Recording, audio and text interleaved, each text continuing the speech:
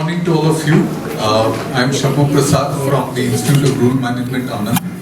On behalf of our director, Professor Umakant Dash, and NABARD, as well as partners from Gujarat, who have been contributing to having this convention today.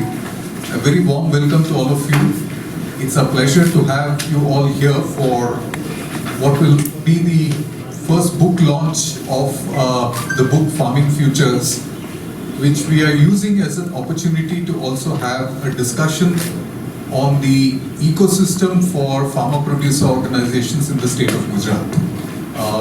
So we will start with a brief inaugural where we will release the book, and I request Professor Tushaar Shah to join us. Professor Tushaar Shah is known to many of you. He's also been the previous director of IRMA.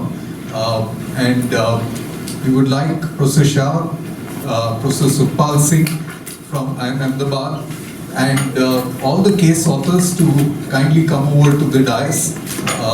Sachin Oza, Naveen Patidar, my co-editor, Dr. Ajit Kanitkar, Astar Pastakia, and also Kuldeep Solanki from Gujarat, and let's see as many people as possible. To cut it with the scissor, so you can cut the ribbon.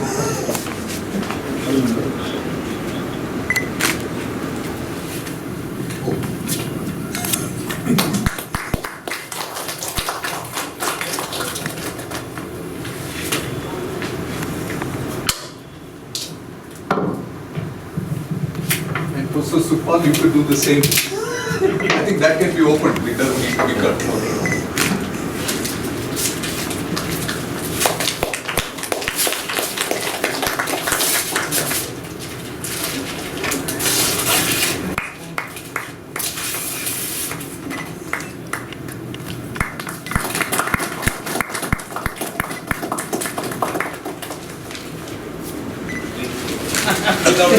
Okay.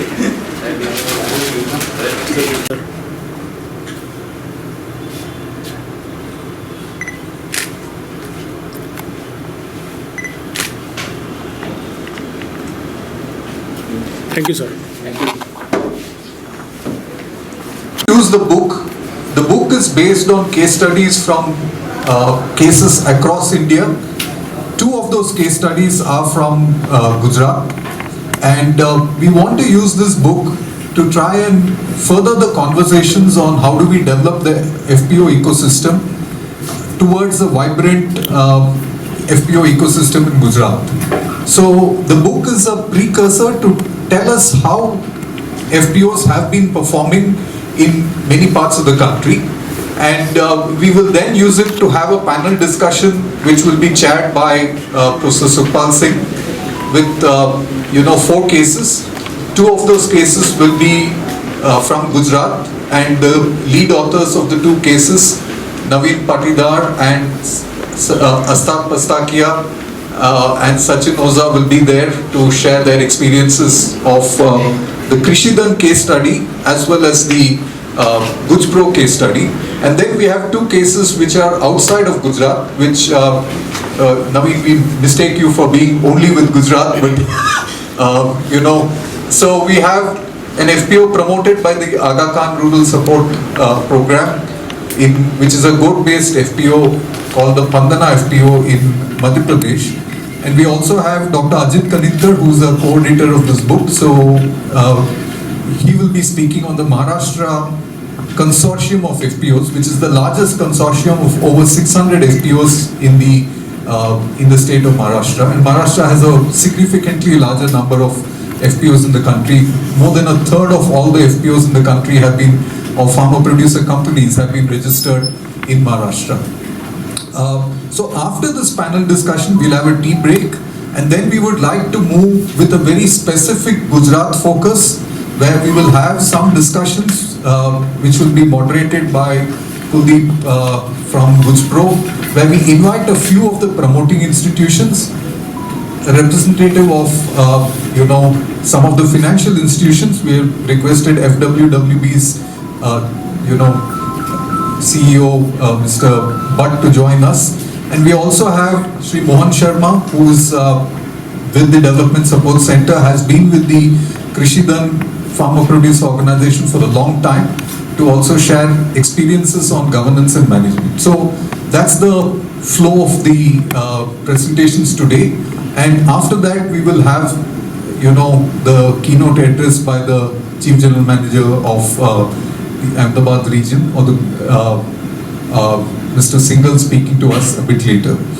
So I'd like to start off by sharing a bit on the book itself.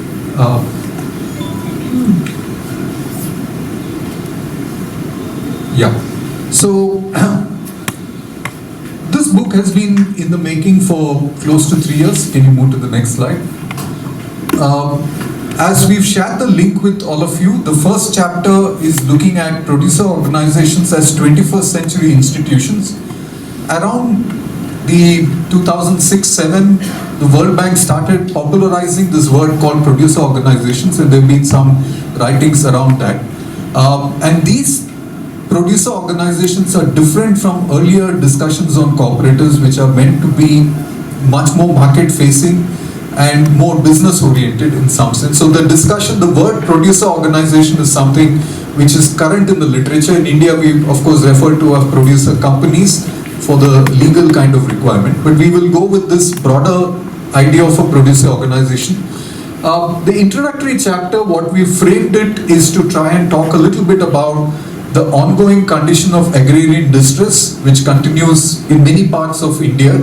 A recent report which has just come out by the Nudge Foundation, looking at small farm holder access to various kinds of agricultural inputs, seems to indicate that in the last 3 years, 54% of all the farmers had mentioned a decrease in their yield, 35% found an increase.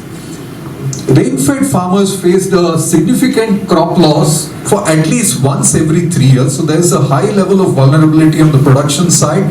Much of it due to unseasonal rainfalls. The irrigated farmer is able to deal with it much better. And many of us work with rain-fed farmers and smallholder farmers. So this is the context in which we are talking about the work. More details are there in the report. Farmers have been spraying pesticides much more. The soil fertility is coming down. So there is a production side challenge that is there, that is combined with the market risk that smallholder farmers have been facing.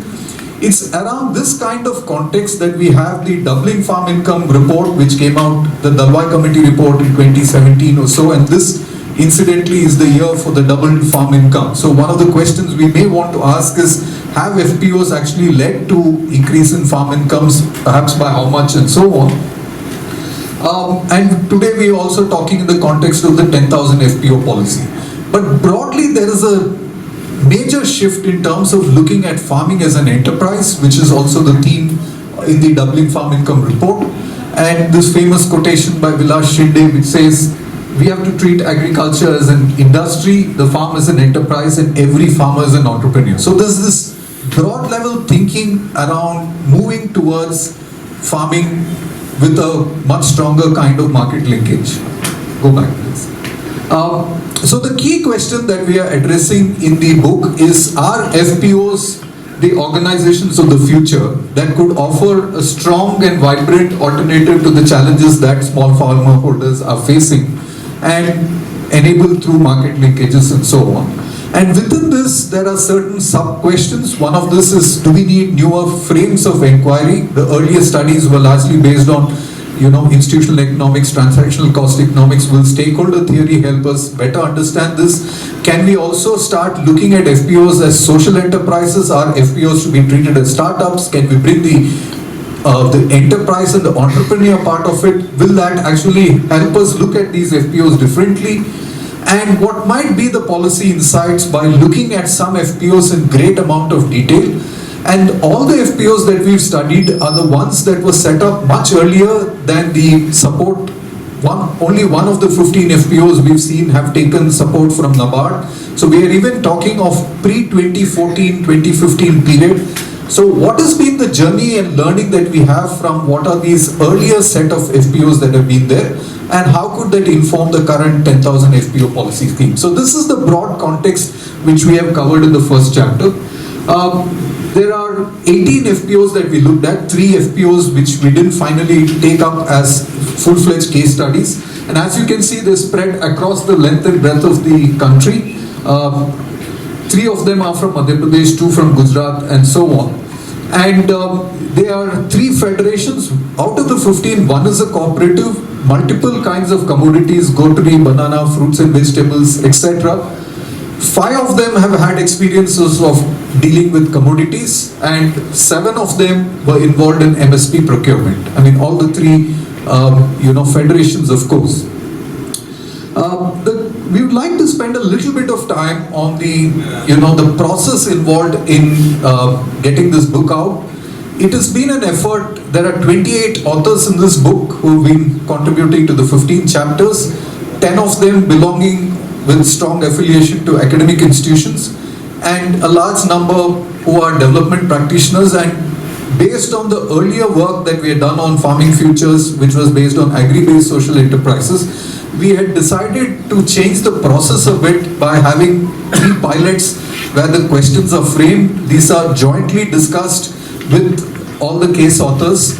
And the original idea was to try and get this book ready for the Korean Centenary celebration, which happened about 2 years back. But unfortunately, due to COVID, field visits were not possible. 1 or 2 ideas which were there, but field visits couldn't be undertaken. We had to drop them because we insisted that field visits are critical, and also that the financials need to be looked at closely. So this process involved some webinars, but also physical visits to the field, spending 3-4 days understanding the journey of the FPO.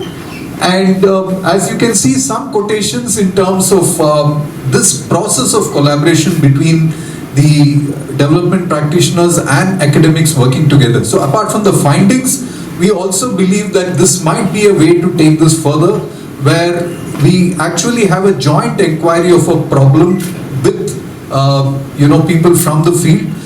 For some of them in the field, this was an opportunity to use the academics as a sounding board, to as a mirror to their own kinds of journeys and get some feedback. For those in academia, the nuances of institutions that are there at the field is something that has been extremely enriching in the process of research. So this has been, though somewhat intensive at the initial part, I think all of us are very satisfied with this kind of product that we have in terms of the process, and we hope more academic institutions will come forward to jointly collaborate with development practitioners in similar kinds of exercise. Next, please. The broad theme of each of these cases were to look at issues of incubation. How long does it take for an FPO to get established? What is the pre-incubation period? Was there a social capital that was there before? What's the nature of the entrepreneurial quality of this organization? In some sense, we wanted to place some emphasis on it. What kind of business models have come? Have they emerged, or are they emerging? What's the support that has come for capacity building and building the ecosystem? In some sense, the support from the government or from financial agencies, banks and NBFCs, etc. A significant part of the governance and management, because these are member-owned institutions, as well as trying to understand how do we assess an FPO, and I think there's still open-ended parts to it which we've learned over a period of time. Will standard metrics work, or should we develop newer kinds of metrics for FPOs of the future? So these were the broad set of questions, and today we are going to talk about these 4 FPOs. As I mentioned, you have the year of formation roughly around the same time. Pandana is one of the younger FPOs of the list that we are talking about. And I'll just jump quickly into the last. So after the introductory chapter, we have, can you go back to the previous one? So in some sense, we start with Gujarat and end with Gujarat in terms of the chapters. And in between, there are many other states fitting in. And the 17th chapter is a kind of a summary. And I'd like to just share the broad structure of what we have found as a result of these 15 cases. So the first thing is the consideration that the socio-political context of these institutions are very different from what happened in the 1990s with the dairy cooperatives and the sugar cooperatives, which have large numbers of members, running into a few lakhs. Many of these FPOs, the largest ones is around 5,000 members. So the ability to generate social capital and also influence the political landscape is much more limited. So we need to be cognizant of this kind of a situation. Also the fact that we are talking of many of these institutions being set up, in some sense their origin is in pre-liberalized India, and many of these where market forces were kind of much weaker in some sense, and today we're talking of markets that are well integrated and globalized in some sense. So there is a changed context. We also found that in terms of incubating farmer producer organizations, we found a distinction between one that have come organically in terms of pre-existing groups of SNGs, water user associations, etc., over which the FPO was layered, as opposed to a few which were based on a project which was set up by the SFAC or NABARD, and the growth accordingly. And you can see some amount of distinction in that. In some sense, at the end of many years of operation, some are still searching for a right kind of business model. So what has been the broader sense? What's the nature of performance? The challenges that are faced in terms of governance capability and so on. And I will touch briefly on one aspect, because out of the 12 FPOs which were there, 7 of them had a large women membership. Some had women being the CEO as well. So there's a very strong gender element to some of these case studies, and what might be its impact in policy. As we mentioned earlier, social capital seems extremely critical for the formation of FPOs. So this whole issue of scaling up, whether it's 10,000 FPOs or today we're talking even of 2 lakh primary agricultural cooperative societies, I think in the absence of social capital, the strength of these institutions as they go along might end up weak. This post-project exit, that after 3 years they would be on their own, seems to be a myth. Many of the promoting institutions have had to be with these institutions for nearly 7, 8, even 10 plus years. So this has an implication for the current CBBO scheme. So our CBBOs are willing to go along with the institutions that they promote with this kind of a time frame. Critical thing that we found, there are many activities that an FPO does which is not remunerative for the FPO but are very critical for the farmers, and a significant part of it is agricultural extension. More or less it's almost the CSR of the FPO. How does an FPO raise resources to continue to make contribution to farmers, and where do we get this money? And in some sense that's also related to this question. So FPOs don't have access to CSR funds, and maybe one of the policy implications is also to look at, can FPOs now start being listed in the social stock exchange? What kinds of mechanisms need to be worked in that direction? As you see here, a simple kind of grid in terms of activities in low risk, low reward. We've had all kinds of activities. MSP is something which is very good for the farmers, but FPOs don't seem to make enough money out of it. But in some cases, the FPO has been using MSP to better link with market a bit later. Maybe Dr. Ajit will talk a little bit more about it. Seeds have emerged as a sweet spot for some of the FPOs beyond the agri input business. So especially in Madhya Bharat, where seed is a significant part of the business model. Also in the Sahaja seeds, which is into organic seeds and so on. So beyond mere aggregation of inputs, many of these FPOs are in this process of struggling to build an identity over a period of time, building a brand also in some sense, and some of them like Mahila Amang building on the Kumaoni brand, or Ram Rahim working with a social enterprise and then setting up the safe harvest kind of brands. And these things take time. So from moving away from commodity trading to how do we build community brands is a big question that is still left. A quick snapshot in terms of all the 15 FPOs that we're talking about. And you can see in this the range of share capital. So the 2 bigger ones are, Ram Rahim and, Krishidan in some sense. And one of the FPOs you can see is in the negative.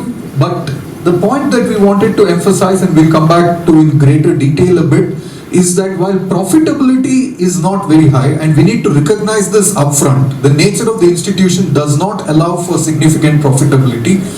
But if we were to have a larger kind of outlook, which some of the NBFCs have been able to do, in terms of whether they are bankable, if you look at their share capital along with their reserves and surpluses, we would tend to argue that most of them are bankable, and we may have to look at this kind of support. Sometimes a particular year's negative can actually be made up a bit later as well. So a longer term perspective is required. But next please. But this is the story which is very different from the dairy cooperatives, where profits are always increasing every year, year on year. It takes a significant time for revenue to stabilize. In some cases you can see significant ups and downs. In some cases, as you see in the graph below, I think this is the case of Krishidan, if I'm not wrong. 1 year MSP boosted their sales significantly. Next year MSP was not there. They came back to ground, so to speak. So this fluctuating fortunes of FPO is something we need to factor into our calculations, and that's the picture that's emerging. So there are very few FPOs that we found out of the 12 that have a consistent path of growth. I think probably Bangalore has it. The story in profitability is even more difficult. 1 year of profit, next year of loss. So there's like an oscillation around a very thin kind of mean, so to speak. So only 3 of the 12 FPOs had no loss in a year for the last 8 years or so.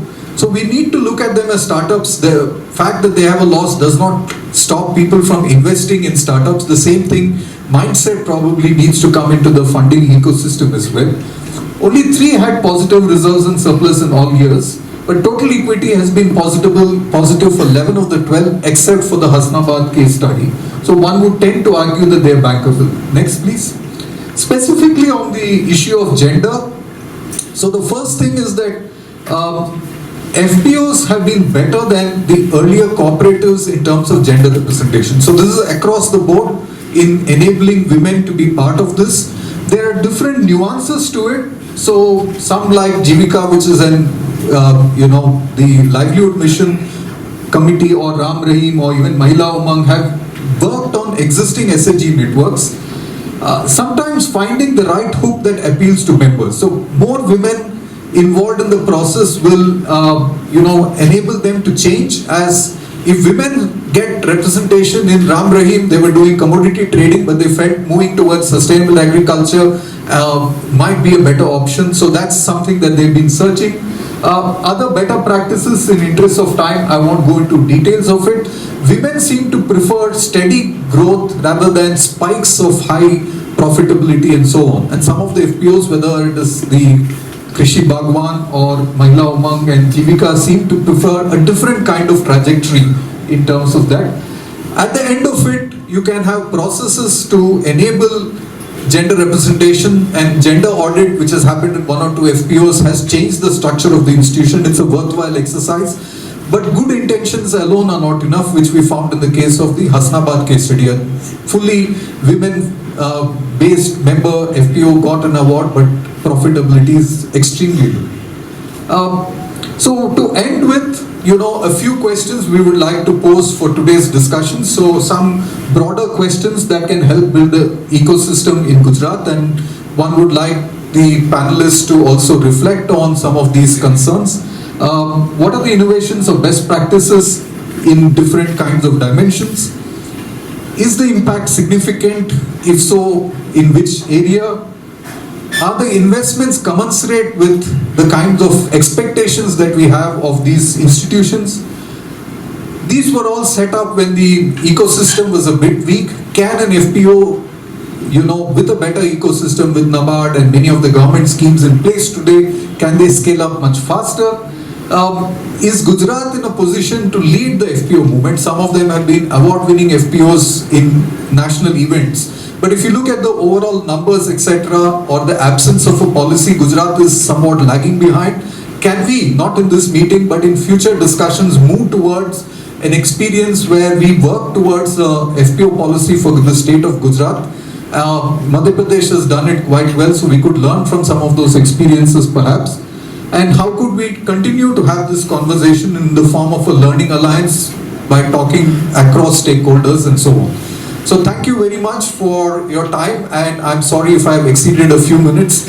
And with this brief overview of the book, I'd like to invite Professor Tushaar Shah to share his thoughts. He's been very kind enough to write the foreword of the book. If any of you have not been able to access that, please let us know. We'll be happy to share. Unfortunately, it's only 2 chapters of the book which is open access, but we are happy to have a conversation with some of you on specific chapters and so on. But Professor Shah's foreword is open access, but we can share that anytime. But I would request Professor Shah to share his insights on reading some of, reflecting backwards perhaps to the tradition of IRMA in designing robust and vibrant producer organizations. Yes.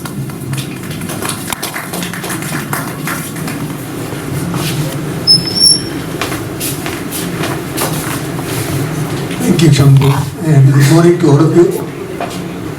I am delighted to be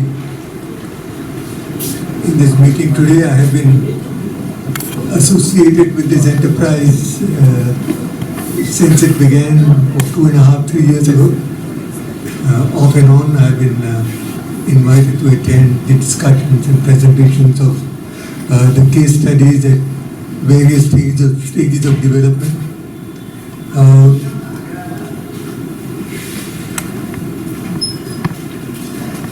And I think Shambhu and the entire team of co-authors here, they deserve warm congratulations for accomplishing a great feat.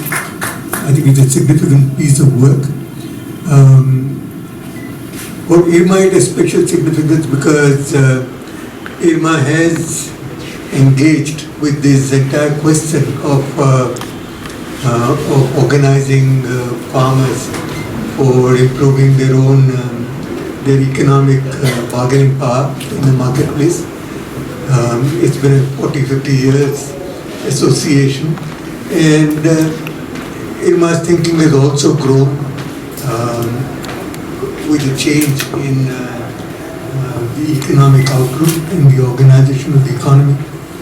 30-40 years ago, when we talked about organizing farmers into cooperatives, it was essentially in the context of an economy which was predominantly informal.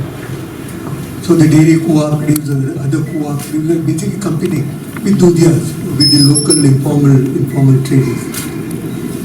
Today that is no longer the case. We have even in agriculture, we have organized businesses coming up in significant ways. Dairy cooperatives are today competing not with Dudhyas, but with Nestle's and large number of private organized companies, which are technologically as sophisticated, even in marketplace they are as aggressive and skilled as dairy cooperative like Amula. So I think the competitive playing field has got transformed, and therefore the discussions about how to organize farmers or producers has kind of undergone significant change. I think this book is significant in several ways, but one important respect in which it is significant is that it documents, or most of the 18 case studies that it documented, they are case studies of attempts to organize weakest sections of people who are faced with most adversity, greatest level of adversity, and therefore the cases basically document the struggle of these organizations and the promoters to really arrive and to find feet. And that I think is particularly challenging.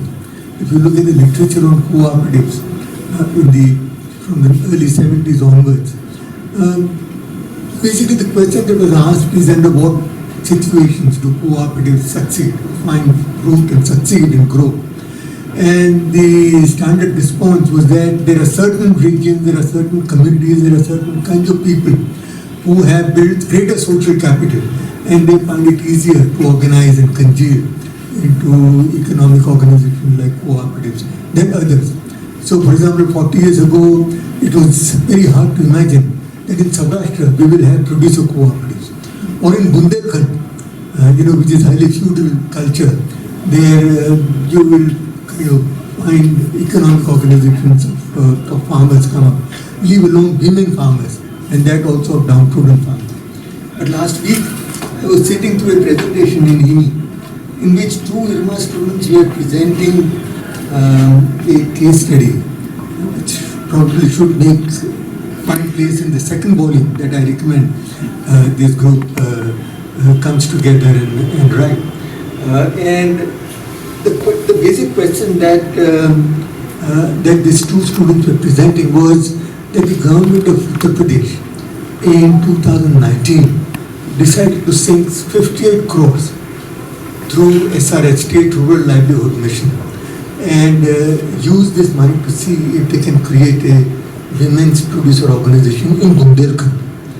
And the students, in response to that, they were presenting the case study of a women's producer organization called Balini Milk Producer Cooperative.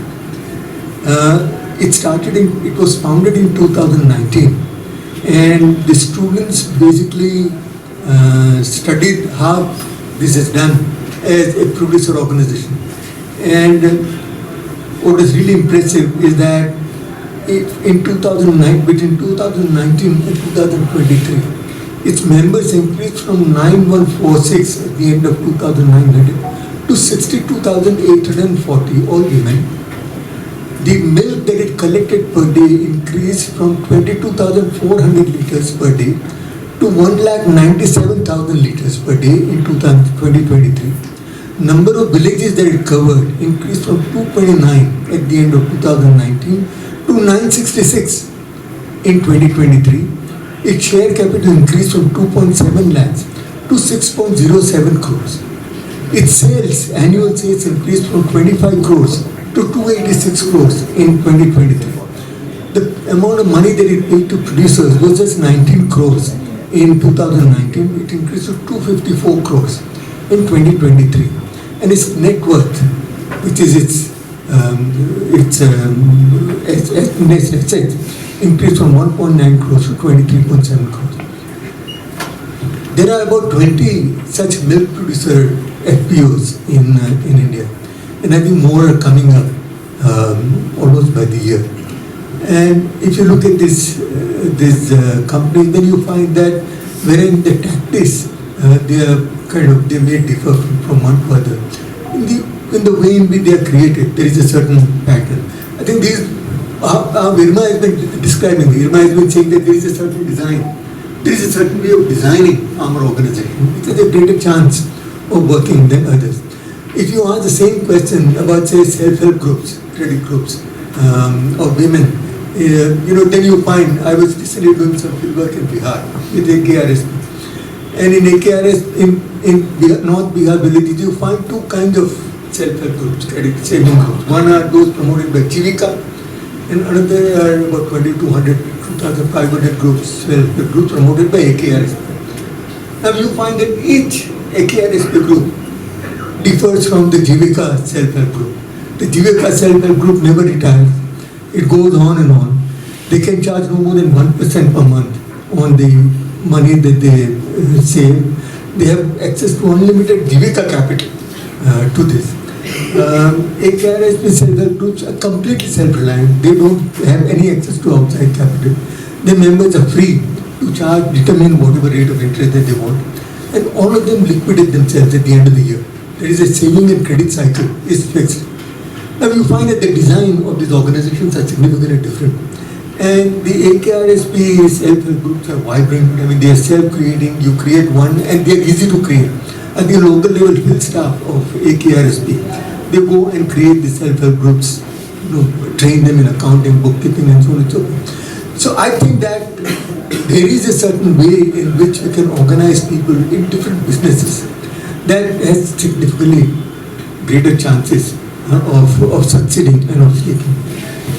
I while congratulating this group for documenting these 18 cases, I think the next enterprise that this group should do is to find such clusters of producer organizations which show certain common feature and which show a level of dynamism, economic dynamism, that you don't find in other similar organizations.